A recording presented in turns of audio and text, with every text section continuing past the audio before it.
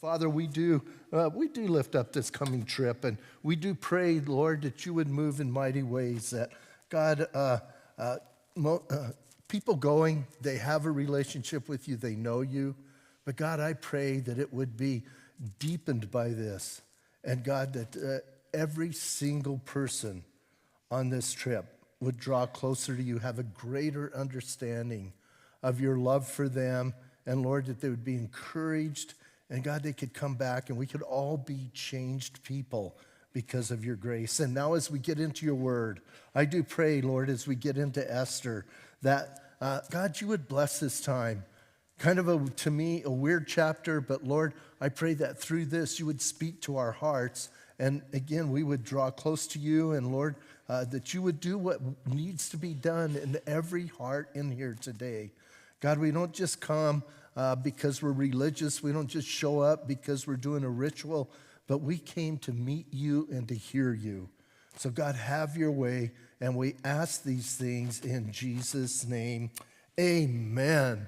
Hey, you know what always kind of blows my mind is God has his heroes, but it seems like he's always working on his heroes, even when they don't know he's working on them. He's working on them and preparing them so that at the right time, they can be in that position and in that place to be used by him.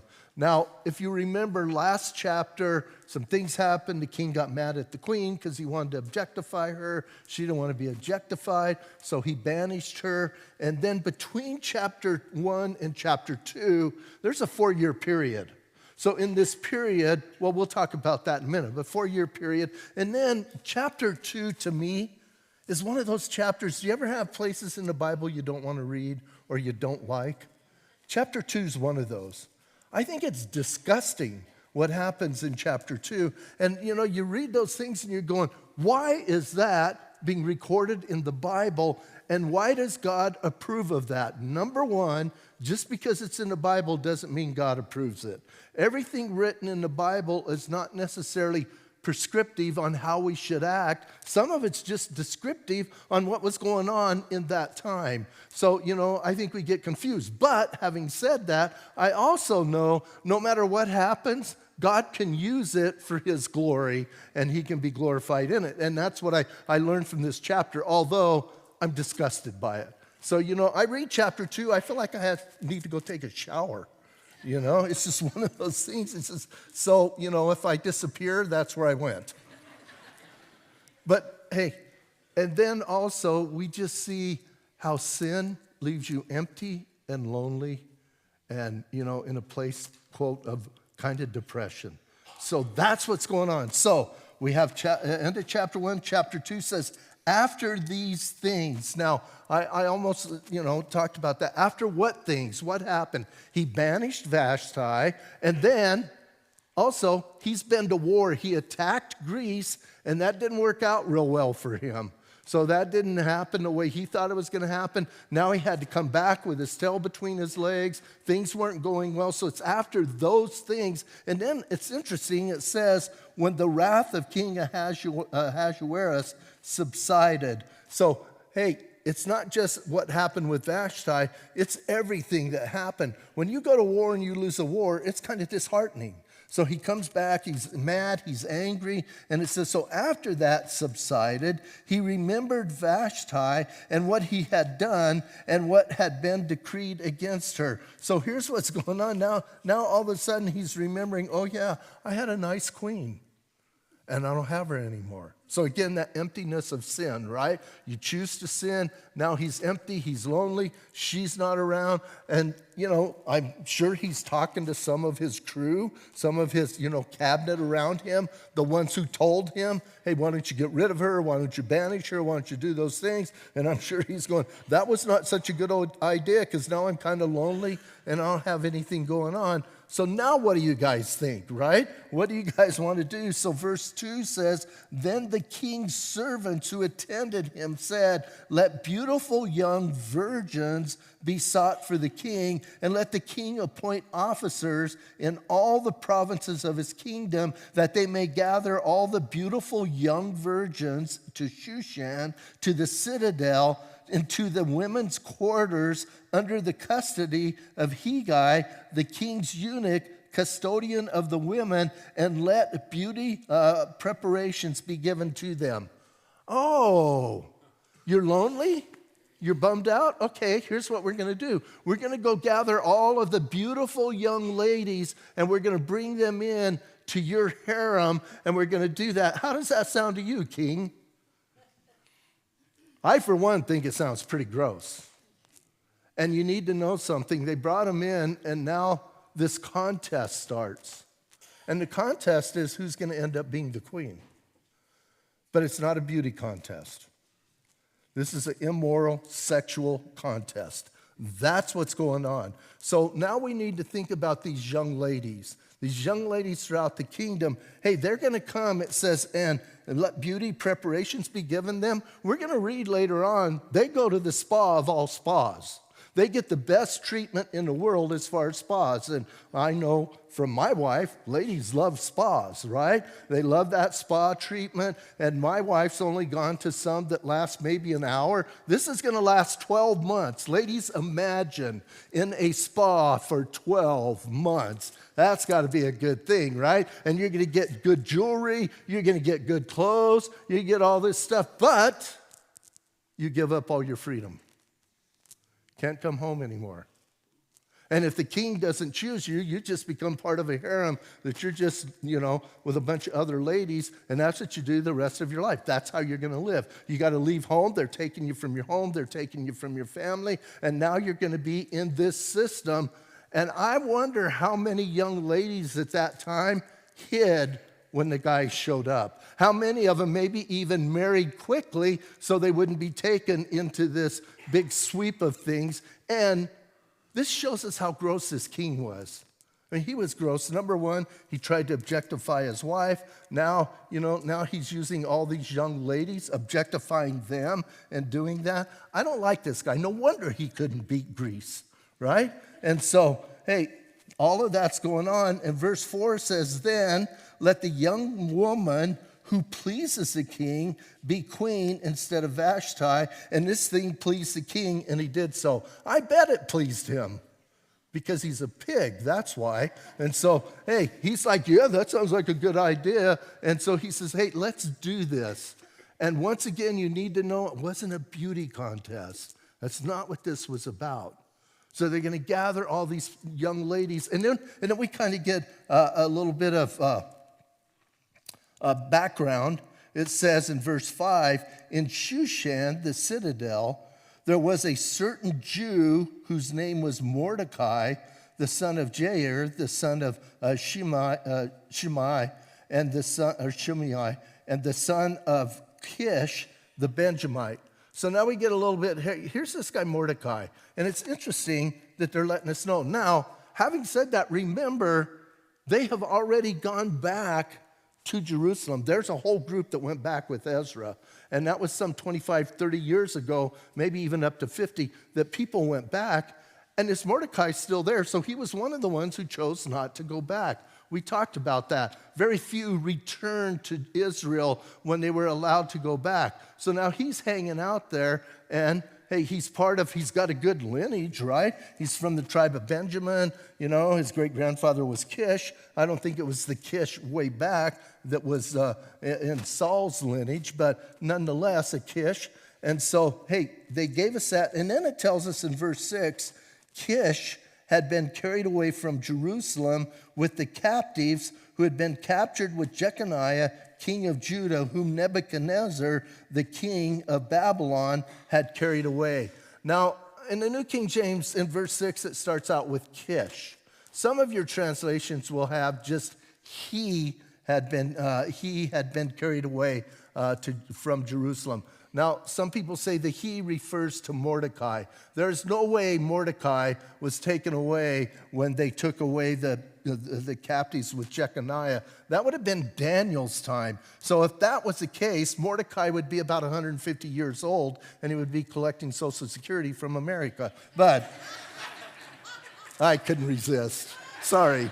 But anyway, he'd be way too old, so he's not part of that. I hope that take that out of the tape. But so anyway, you have this guy, and so it's talking about, and so I believe even grammatically, if you use the pronoun he, it's referring back to Kish, not to Mordecai.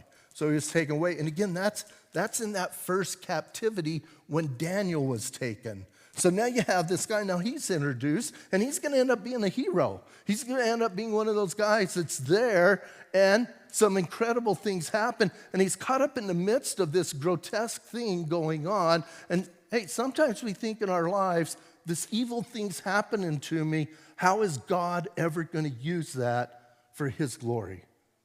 And we need to trust him. I'm not saying it's going to be easy. I'm not saying it's going to be something we just go, oh yeah, but we have to learn to do that. As he's working, we have to trust him. And so Mordecai is there, and well, I'll talk about it later. I have some issues with Mordecai too. Here's the interesting thing, is that God uses us in spite of us, and we need to know that. And more importantly, he doesn't make us do anything that we haven't chosen to do. So in this situation, gross things are happening, but hey, Mordecai and Esther are completely compliant in this, not being forced into, God's will. Because sometimes I believe this chapter is all about the sovereignty of God getting his purpose done. But he also works through our own volitional choices that we make. And people ask me, how does that work together? I don't know. When you get to heaven, ask God. But he does it. So we have him introduced, and then it tells us also about Esther in verse 7. And Mordecai had brought up Hadassah, that is Esther, his uncle's daughter, for she had neither father nor mother. And the young woman was lovely and beautiful. And when her father and mother died, Mordecai took her as his own daughter. So it was when the king's command and decree went or were heard, and when many young women were gathered to Shushan, the citadel, under the custody of Hegai, that Esther was also taken into the king's palace, into the care of Hegai, the custodian of the women. Now that's kind of gross, right? Here's what I'm thinking. Number one, Mordecai, why didn't you hide her? She's like your daughter. I don't know about you. I have a daughter. And if a bunch of goons came wanting to take my daughter to some immoral pig king, I would hide my daughter. I would keep her hid. I would make sure she didn't get taken, or they could take her over my dead body, right? Kind of type thing. I know at one time some people, I had some principles about dating and stuff with my daughter, and some people were going to kidnap her and do some stuff. And I said, after you kill me, right? Hey, you're a dad. You love your daughter. You want to do anything to protect her. So Mordecai obviously didn't do that. He lets them take her. And here's what Mordecai knows. Number one, he knows she's not coming back. It wasn't if you got rejected, you got to come back. No, if you got rejected, you were part of the harem. You didn't go home. Number two, they're Jews. This is a Gentile king that's wanting to take her and wanting to marry her. That's kind of a no-no there, right? So some stuff going on. I'm thinking, this is a little bit suspicious. And something, again, man, the Bible is recording it for us, not necessarily giving approval to what's going on. We're just getting the recording. So that goes down, and then it tells us in verse 9, now the young woman pleased him, meaning Hegai, and she obtained his favor, so he readily gave beauty preparations to her besides her allowance, and then 7 choice maidservants were provided for her from the king's palace, and he moved her and her maidservants to the best place in the house of the women. So here's the thing, man. Hegai looked at her and she found favor. Isn't it interesting when these people of God get in some of these positions, how God moves in the hearts of those over them? Remember Joseph and how things were moved, where Joseph got taken care of. Daniel got a promotion. And now we see this lady, and all of a sudden, hey, she's beautiful. And now this other guy, he's liking her. And I don't think it was just her beauty. He liked her, and now he's giving her special favor to make sure she gets a little bit extra special treatment. And that's our God. He moves in the hearts and the minds of people, and in spite of those people. So here she is, man. She's like, and you're kind of, I know someone's kind of thinking, well, that doesn't sound too bad. What if you can never go home again? Oh, and you're going to have to go have sex with this king. Bottom line. Some people are going, oh, that's what's going on here. That's what's happening. That's the bottom line issue.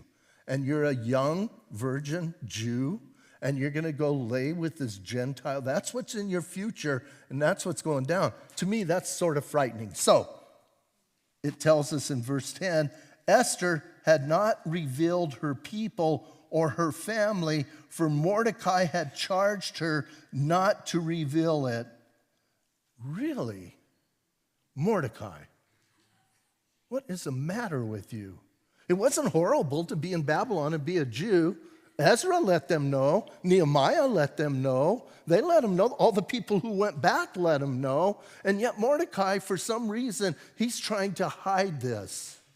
And that really disturbs me. It disturbs me that, hey, it's one thing to hide your ethnicity or your nationality because of safety reasons or persecution or prejudices. I kind of understand that. But to hide your faith in your God, you know what this tells me? This tells me that Mordecai wasn't a really godly man.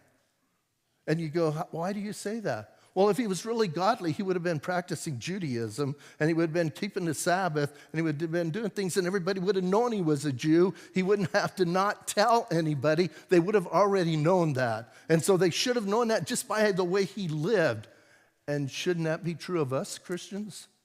Shouldn't people know we're Christians, not because of what we say, not because of the T-shirts we wear or the bumper stickers on our car or whatever? Shouldn't they know they're Christians by the way we conduct ourselves in this world, by the way we live and the things we do and the things we don't do, the things we partake in, the things we don't? So here's the thing. I'm kind of bummed at Mordecai. I'm kind of bummed, number one, that he wasn't real godly. So here's what it tells me. He didn't bring her up being a real godly young woman. So, he raised her, he loved her, but that wasn't going on. And then he tells her, make sure they don't know you're a Jew. Now, I don't think he told her to lie.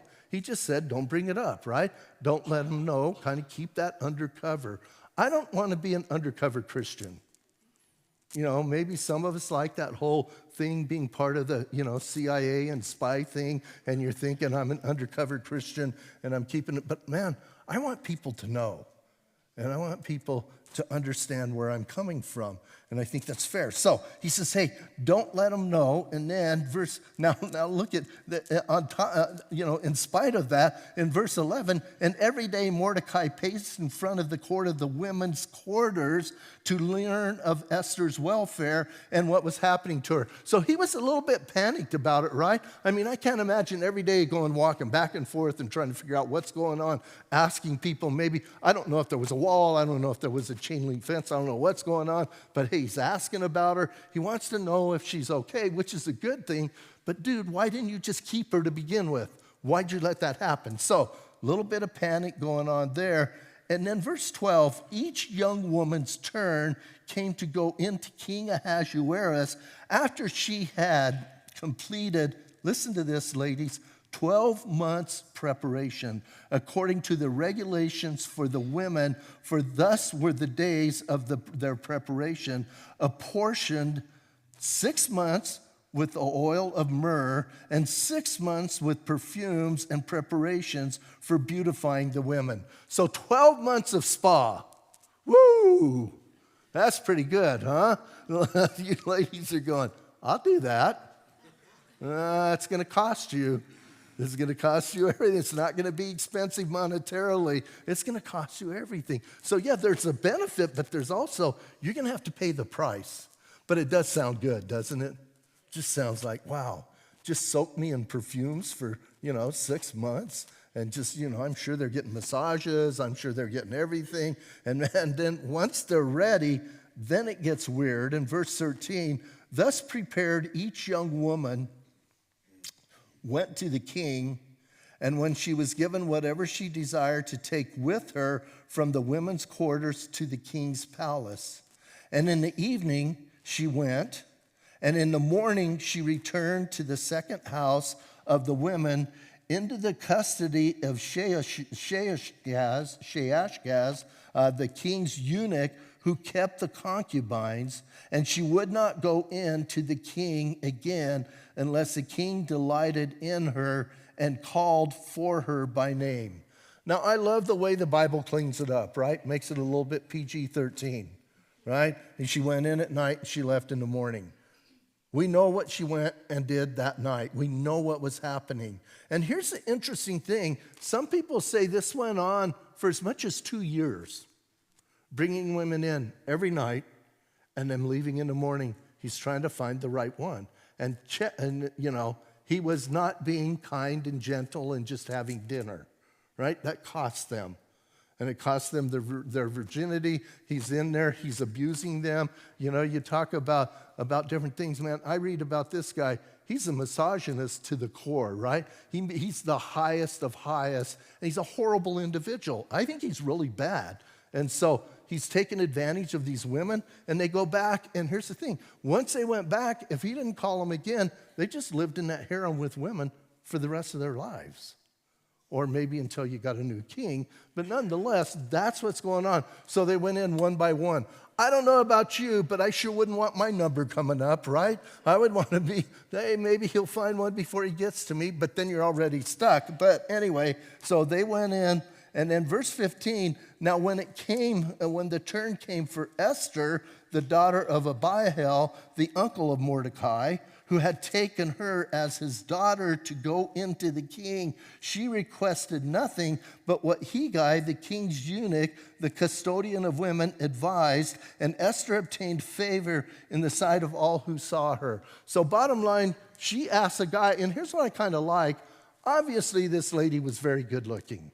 She had what it took to be in this, and we're going to find out she had what it took to be the queen. But notice she's still teachable. And she's listening to this Hegai. What do I take? How do I present myself? What do I do? And the fact that it says she found favor with everyone. Everyone who saw her, she was real likable. Doesn't that sound like a lot of the Bible heroes? Joseph found favor. Daniel found favor. Nehemiah found favor. As we look at these different people, they find favor. So she's finding favor wherever she went, which is a good thing. But then the bad thing is she's going in to lay with this king. Bottom line, that's what's going on. And it kind of breaks my heart. I'm kind of thinking, don't do it. Don't go. Rebel. Now's a good time. Do you ever read your Bible and hope the next verse changes? Yeah, so it tells us that verse 16, so Esther was taken to King Ahasuerus into his royal palace in the 10th month, which is the month of Tebeth, in the 7th year of his reign. So again, been a while. And the king loved Esther more than all the other women. I got to correct that. My Bible says loved. He didn't love her. He lusted her, right? There's no love there. I mean, this guy, I don't think this guy knew how to love and care for a woman. He lusted after her more than all the others. He was pleased sexually by her more than all the others. So she gets to be queen. And it says, and she obtained grace and favor in his sight more than all the virgins. So he set the royal crown upon her head and made her queen instead of Vashti. Now you kind of read that and a lot of us go, yay for Esther. I think it's kind of yay, but I'm also kind of, Esther, what did you just do? What did you do with your Judaism? What did you do with your faith in your God? How much compromise did it take for you to do that? And yeah, you got a crown, and you got a crown out of it, but hey, again, it's going to cost her. She's not going to go home. She's not going to be able to be part of that life again. So he puts a crown on her, and there's a celebration. Hey, everybody's excited because finally there's a queen, right, taking the place of Vashti. So verse 18, so then the king made a great feast, and the feast of Esther for all the officials and servants, and he proclaimed a holiday in the provinces, and he gave gifts according to the generosity of the king. Hey, he's pretty stoked. Why? Because he's not lonely anymore. Now, here's what I'm thinking. You weren't lonely for a couple years, dude. Every night you had a new woman, and now you're like, but hey, he's happy. He found a queen. And he gives this big feast. He gives people gifts. Some even say, if you get into the original, he's like giving them big tax breaks because of this new queen. So some people like that idea, right? But hey, everybody's celebrating. Everybody's happy, sort of. And then verse 19 is one of those complicated verses. It says, when the virgins were gathered together a second time. When the virgins were gathered together a second time. Why were they gathered together a second time? Didn't he already solve that? Wasn't that already resolved? Why did he gather together the second time? Some speculate, we kind of don't know. Some speculate he just wanted to look at them all again. But I don't know why he gathered them all together a second time, but he brings all the virgins together. But there's this kind of thing that's kind of offhanded said, and it says, look at the end of verse 19. And Mordecai sat within the king's gate. Mordecai sat within the king's gate. Do you know what that means? Mordecai now somehow is an official. Because you don't sit in the king's gate. If you're in the king's gate, you're part of the ruling. You make judgments. You make decrees. And all of a sudden, this guy who was walking in front of the women's quarter is now in the king's gate. He's sitting in the king's gate. That's kind of intriguing to me. And I believe it happened in spite of, I don't think Esther had anything to do with it. I think he just worked his way in there. And now he's an advisor to the king. Let's just say it that way, right? So he's in this position where he's making judgments. He has some authority. And then in verse 20, it says, now Esther had not revealed her family or her people, just as Mordecai had charged her. For Esther obeyed the command of Mordecai as when she was brought up by him. So it's still secret. Listen, it's still a secret who she is. I don't know if she's even brought up Mordecai because it says it did not reveal her family or her people, right? So she's kind of keeping that secret, and Mordecai's in this position, and I'm mad at him. Right? I'm thinking, come on, Mordecai. What's the matter with you? Why are you doing that? Why are you putting this girl in that position? And here's the thing. I think Esther was in a position, I think she's used by everybody. She's used by her uncle who raised her, obviously used by the king. Maybe guy didn't use her. Maybe he really cared for her and trying to do the best. But this girl gets abused by people. And that happens a lot, right? I think that happens when you're a young girl and people begin to take advantage of you, and then another person takes advantage of you, and another person. So I'm kind of feeling bad for her right now. And she's like, I'm not going to tell them who I am. I'm not going to tell them about my family. I want people to know who I am. And if you're not revealing those things, here's the thing. You're not revealing you. You're keeping part of you back. So that's going on. Oh, and then we get a little bit of intrigue here. Why did God have Mordecai at the gate? Check this out. Verse 21. In those days, while Mordecai sat within the king's gate, two king's eunuchs, Bigthan and Teresh, doorkeepers, became furious and sought to lay hands on King Ahasuerus. So you've got these two eunuchs who they were probably, again, part of the ones who took care of the harem and did certain things. That's usually what eunuchs, that was their position. And here's the thing, they're mad at the king and they want to kill him. They are going to kill this guy. Now, why do you think they were mad at the king? Here's what I kind of think. I kind of think they like Vashti. And I think if they were eunuchs, they were part of the taking care of the ladies, and they were part of that. I think they had this relationship with Vashti, not a gross one, but a good relationship. And they're kind of ticked that the king, number one, banished her, and now he's trying to replace her. So here's what we're going to do. Let's figure out a way to kill him. Now, if you want to kill somebody, it's best not to talk about it, right? It's best just to do your plan and get it done. Somehow these guys were letting their plan out. And so as they're talking about it, verse 22, so the matter became known to Mordecai. So Mordecai found out of their plot. God's working in ways that we don't even know, right? Number one, God putting Mordecai at the king's gate. Number two, putting these two goons at the king's gate. Number three, these two goons talking about it to whoever, and Mordecai finds out. It's kind of interesting, and again, to me, it just shows the sovereignty of our God in the midst of people making choices. And here's the thing, either our lives are governed by God and directed by God, or our lives are just happenstance and happening by chance. I believe my God's in control, not just of the world. I believe he's in control of my life.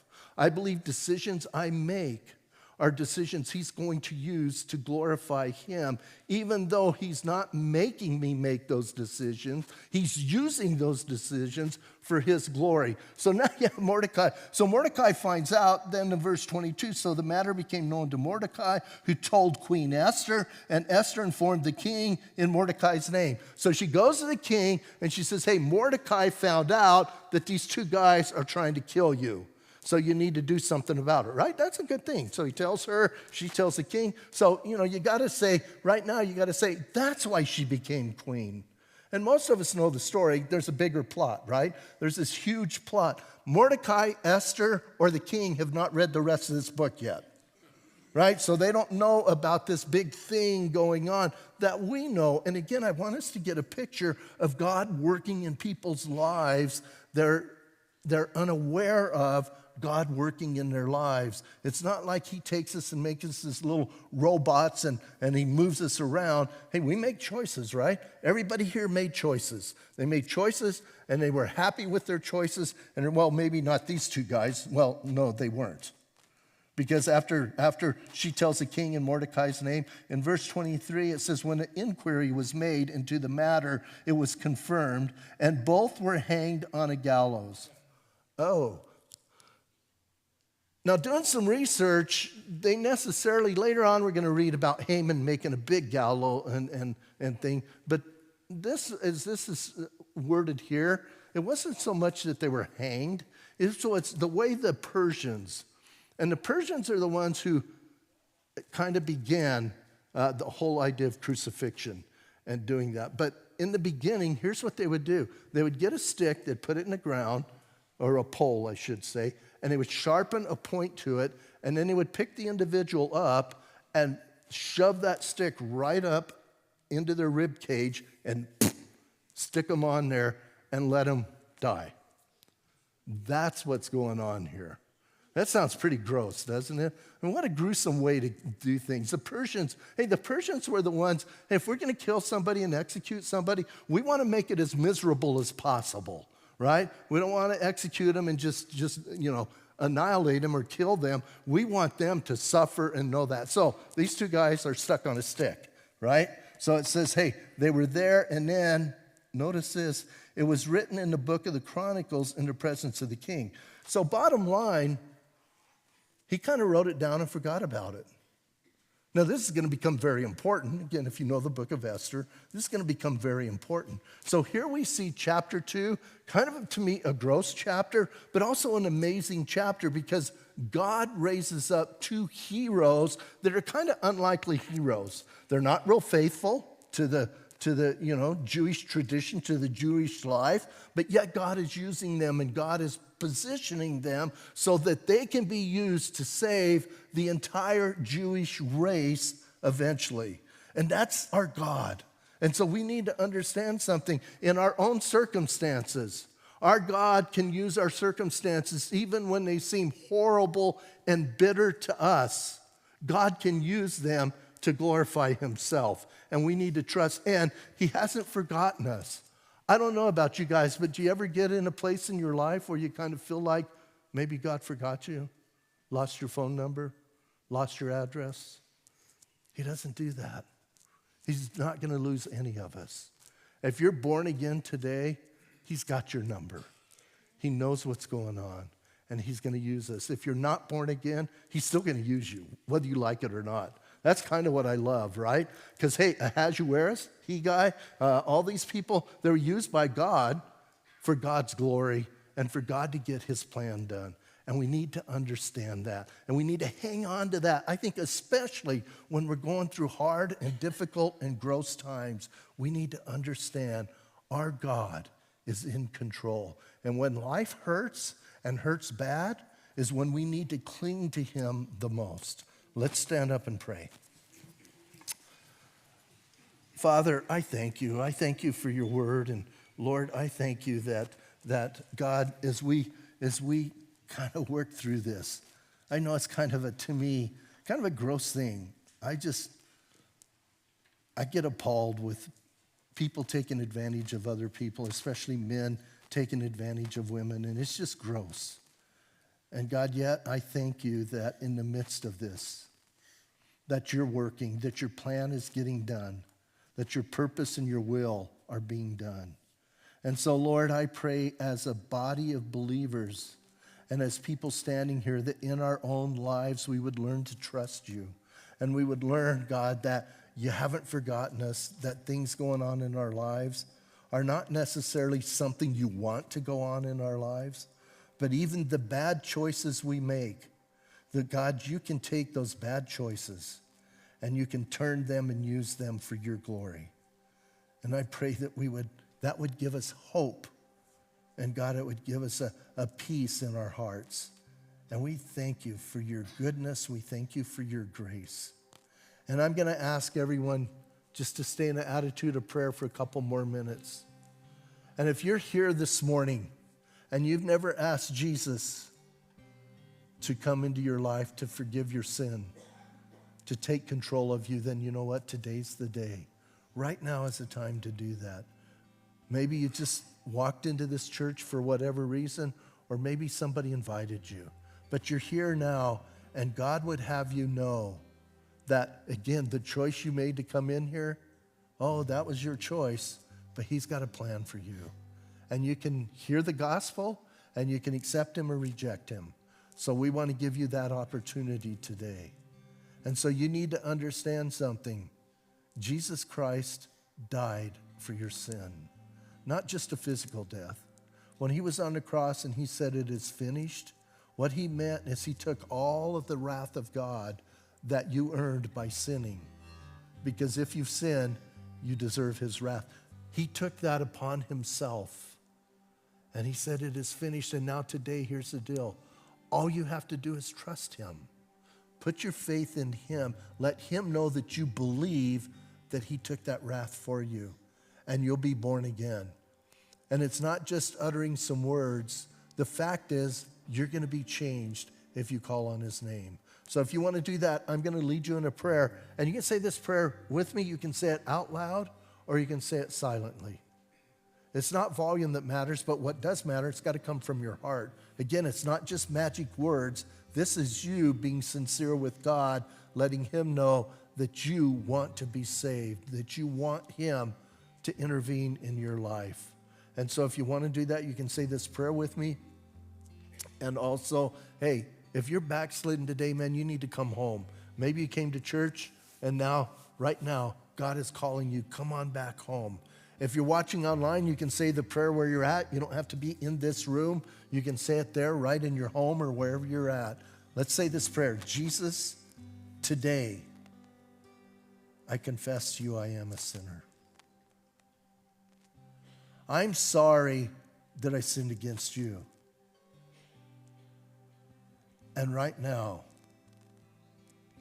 I'm asking you to forgive me. Jesus, thank you for dying for my sin. Thank you today for your forgiveness. And now, Jesus, I want you to come into my heart and change me. I'm asking you to come into my life and guide me. Today, I'm asking you to be my Lord and my Savior.